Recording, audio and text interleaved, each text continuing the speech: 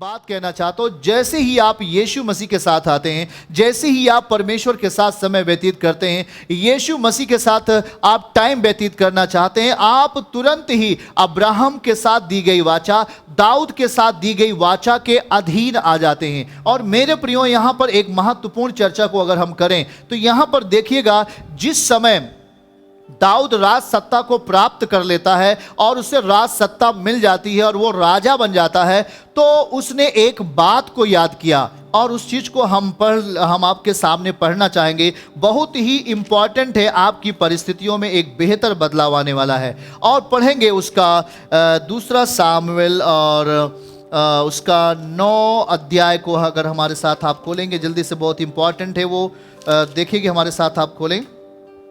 दूसरा यहां पढ़ेंगे सामुएल अध्याय 9 और उसके 3 पद से हम एक महत्वपूर्ण बातों को पढ़ना चाहेंगे आपके साथ। दूसरा सामुएल अध्याय 9 उसके 3 से लेकर 9 पद तक हम आपके लिए पढ़ेंगे। आप जानते हैं कि राजा, जब दाऊद राजा बन जाता है और साउल भी मर जाता है, उसके दोनों बेटे भी मर जाते हैं, पर योनातान का एक बेटा उस राज्य में बचा रहता है। उसका नाम था मपीबोशेत। आप ध्यान से सुनना है आपको। वही योनातान जो जब तक राजा दाऊद नहीं बना था और वो कठिन परिस्थितियों में थे, उस कठिन परिस्थितियों में दाऊद राजा के साथ योनातान मिलकर परमेश्वर की चर्चा कर रहे थे और परमेश्वर की चर्चा करके दाऊद को ढाढ़स बना रहे थे। अब टाइम ये आ गया कि युद्ध के दौरान साउल और उसके दोनों बेटे मर जाते हैं, पर योनातान जो दाऊद का मित्र था, दाऊद को जान से भी ज्यादा प्रेम करता था, दाऊद को बड़ी मदद करता था और परमेश्वर की चर्चा करता था, उसका एक बेटा था और वो बेटा लंगड़ा था, दोनों पैरों से लंगड़ा था। हम पढ़ेंगे जरा यहां से दूसरा सामुएल अध्याय 3:1 से और दूसरा सामुएल अध्याय 9:3 से लिखा कि राजा ने पूछा, क्या साउल के घराने में कोई अब तक बचा है? एक व्यक्ति को उसने बुलाता है और उसका नाम सीबा था। और सीबा जो साउल के साथ था, साउल राजा जिस समय था उस समय वो साउल के साथ रहा करता था, वो एक सैनिक था, वफादार था और वो नहीं मारा गया था। उससे राजा ने बुलाया, दाऊद ने कहा, सीबा यहाँ आओ मेरे पास। और वो साउल जब वो पूछने लगा कि ये बताओ, साउल के घराने में कोई अब तक बचा हुआ है तो जिसको मैं परमेश्वर की सी प्रीति दिखाऊं? सीबा ने राजा से कहा, हां, योनातान का एक बेटा तो है जो लंगड़ा है। चौथी आयत हम पढ़ेंगे इसके साथ में, लिखा कि जो लंगड़ा है। और राजा ने उससे पूछा, वो कहां है? सीबा ने राजा से कहा, वह तो लोदबार नगर में है। देखिए ध्यान से, ये टिक मान लीजिए, आप अगर बाइबल लिए हैं तो उसके नीचे लिखिए लोदमार के नीचे, लोदमार नगर, उसके नीचे आप एक अंडरलाइन करें। लोदमार नगर के नीचे इसे अंडरलाइन कर रहे हैं अपने पेन से, आप बाइबल के नीचे लोदमार नगर के नीचे अंडरलाइन करें। लोदमार नगर में अमीएल के पुत्र माकीर के घर में रहता है। 5वीं आयत, और लिखा है कि तब राजा दाऊद ने दूत भेज करके उसको लोदबार से, यहां पर भी आप अंडरलाइन करें, लोदमार से के नीचे अंडरलाइन, लोदमार से अमीएल के पुत्र माकीर के घर से बुलवा लिया। 6वीं आयत, जब मपीबोशेत जो योनातान का पुत्र और साउल का पोता था, किसका पोता था? साउल का पोता था। साउल किसको मारने पे लगा था? दाऊद को। पर यहां ध्यान से देखिएगा, साउल का पोता था, दाऊद के पास आया और तब मुंह के बल गिर के दंडवत किया। मपीबोशेत पैर के बल गिर के दंडवत किया, ऐसा नहीं क्योंकि उसका पैर, दोनों पैरों से वो अपंग था, मुंह के बल गिर के दंडवत किया। और दाऊद ने कहा, हे मपीबोशेत, उसने कहा, तेरा दास की क्या आज्ञा है? और 7वें पद में अगर पढ़ें तो वहां पर लिखा है, दाऊद ने कहा, मत डर। हालेलुया, ये मत डर योनातान ने कहा था दाऊद से, मतलब मपीबोशेत का बेटे ने कहा था दाऊद से, मत डर। आज दाऊद कह रहा है योनातान के बेटे से। योनातान युद्ध में मारा गया था, उसका एक बेटा बचा था और वो परमेश्वर से प्रीति दिखा रहा है और लिखा है मत डर। उसने कहा, मत डर मपीबोशेत, तेरा पिता योनातान के कारण, वाह, तेरा पिता योनातान के कारण मैं निश्चय तुझको प्रीति दिखाऊंगा और तेरे दादा साउल की सारी भूमि मैं तुझको फेर दूंगा, वापस दे दूंगा, और तू मेरी मेज पर नित्य भोजन किया करेगा। वाह, नित्य भोजन किया करेगा। परिस्थितियों में बदलाव, परिस्थितियों में बेहतर बदलाव। आप किस परिस्थिति में परमेश्वर के साथ जी रहे हैं, वो परिस्थितियां आपके बच्चों को बेहतर बनाने वाली हैं। आठवां, और दाऊद वो दंडवत करके कहा, तेरा दास क्या है कि तू मुझ ऐसे मरे कुत्ते की ओर दृष्टि करे। ये सोच मपीबोशेत को लोदबार में ले गई थी। यही सोच उसे लोदबार जगह पे लेके चली गई थी। और लोदबार को अगर आप पढ़ें सही से, आप इब्रानी में पढ़ें सही से, उसको और छानबीन करें तो लोदबार एक ऐसी जगह है, बहुत ही कंगाल जगह है, बहुत ही खराब इस जगह थी। लोदबार सही जगह नहीं था। लोदबार इतिहास में आप पढ़ें तो उसमें लिखा बहुत ही निचली जगह थी, बहुत ही गंदा जगह था, बहुत ही कंगाली का जगह था, बहुत ही नीची जगह थी वहां पर लोदबार। और यही था, देखो, मुझ ऐसे मरे कुत्ते की ओर दृष्टि करे। ये मपीबोशेत बोल रहा है। मपीबोशेत भूल गया मैं कौन हूं।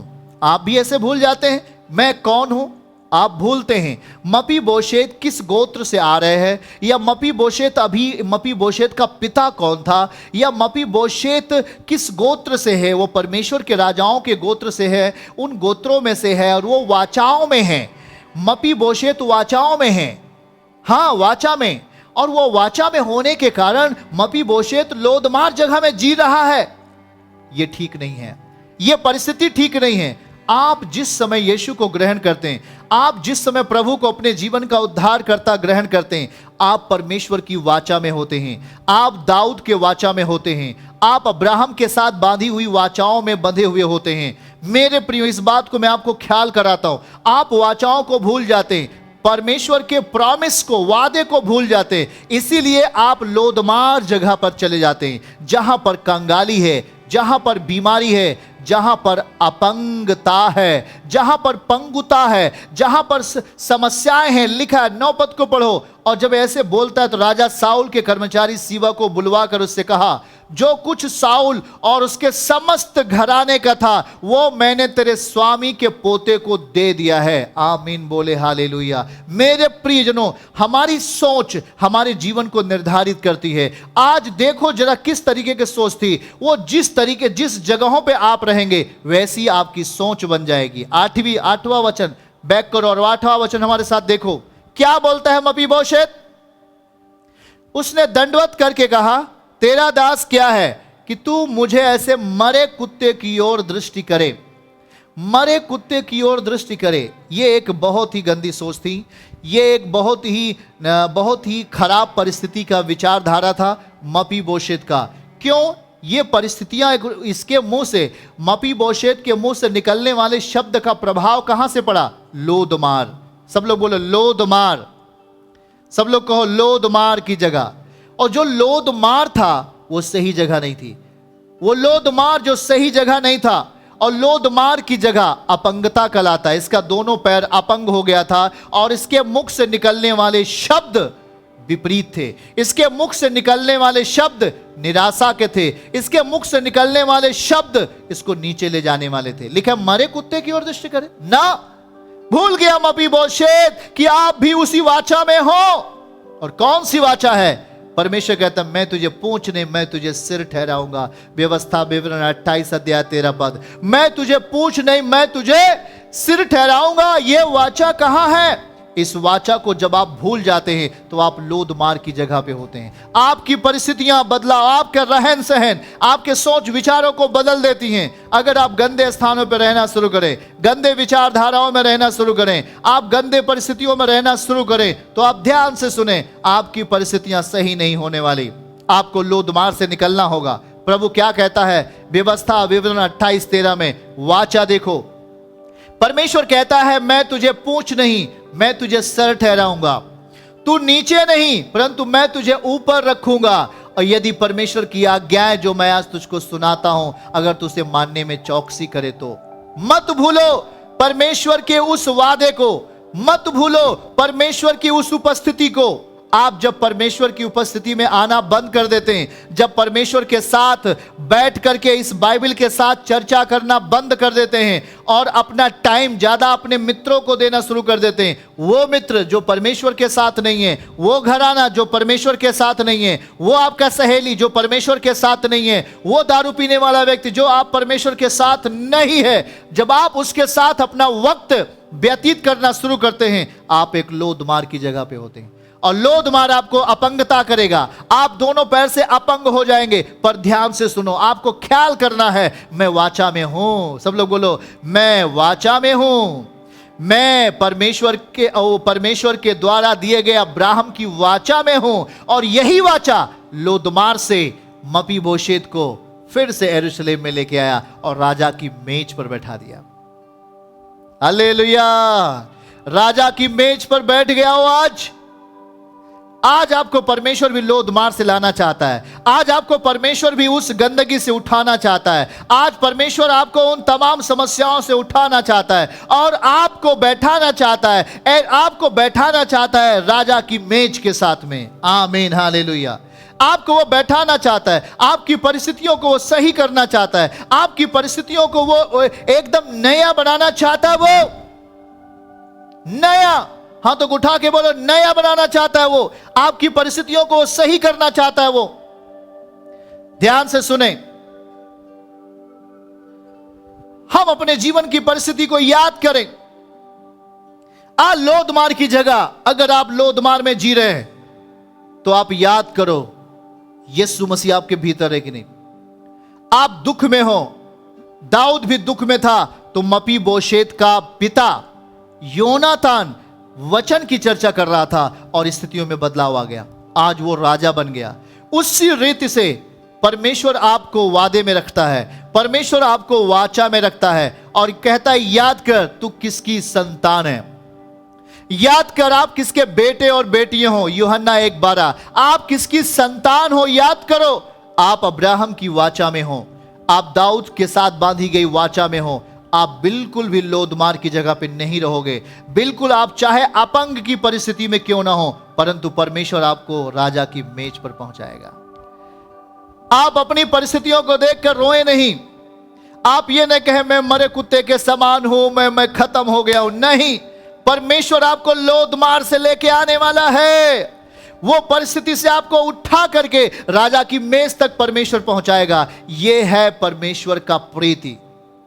परमेश्वर ने जो कहा वो उसकी वाचा है और उस वाचा में आप कहीं भी रहोगे, उससे वो आपको लेके आएगा और आपको आशीष देगा। आपको आशीष देने के लिए वो तैयार करेगा। आपकी परिस्थितियों को सही करने के लिए वो आपको तैयार करेगा। आपके माहौल को सही करने के लिए वो आपको तैयार करेगा। आपको लेके आ रहा लोदमार से, कह रहा है लेके जाओ, उसे लेके आओ मपीबोशेत को जो दोनों पैरों से अपंग है। आप भी बहुत ही परिस्थितियों में अपंग होते हैं। शायद आप धन के मामले में अपंग हैं, शायद आप जमीन के मामले में अपंग हैं, शायद आप शरीर के मामले में, स्वस्थता के मामले में अपंगता का जीवन जी रहे हैं। तो आप चिंता नहीं करें, परमेश्वर की वाचा में आप हैं। वो आपको ख्याल कर रहा है, वो आपको बुला रहा है राजा की मेज पर। आपको वो स्थितियों में बदलाव कर रहा है। वो आपकी परिस्थितियों को धनाढ्य बनाएगा। वो आपकी परिस्थितियों को संपूर्ण रीत से संपूर्णता में लेके आएगा और आपके जीवन को हर भागों में सही करेगा। इसलिए आज आपकी चर्चा, आज आपका बैठना कहाँ है? आप अगर गंदे स्थानों पर बैठेंगे, अर्थात लोदमार में बैठेंगे, तो आप अपंगता की परिस्थिति में रहेंगे। आपको भोजन नहीं मिल पाएगा, आपको नौकरी नहीं मिल पाएगा, आपको बिजनेस नहीं बढ़ पाएगा। पर आप जब परमेश्वर के साथ समय गुजारेंगे तो आपकी हर परिस्थितियां बेहतर बनेंगी। आपकी हर परिस्थितियां बेहतर बनेंगी। आपका ख्यालात बदलेगा। आपकी सोच और विचारधाराएं अच्छी हो जाएंगी और आप उस वाचा को अपने जीवन में बलपूर्वक प्राप्त करोगे। आमीन। बलपूर्वक बोलो, मैं परमेश्वर की वाचा में हूं, मैं यीशु मसीह के लहू बहने की वाचा में हूं, मैं उस मेमने के बलिदान के वाचा में हूं।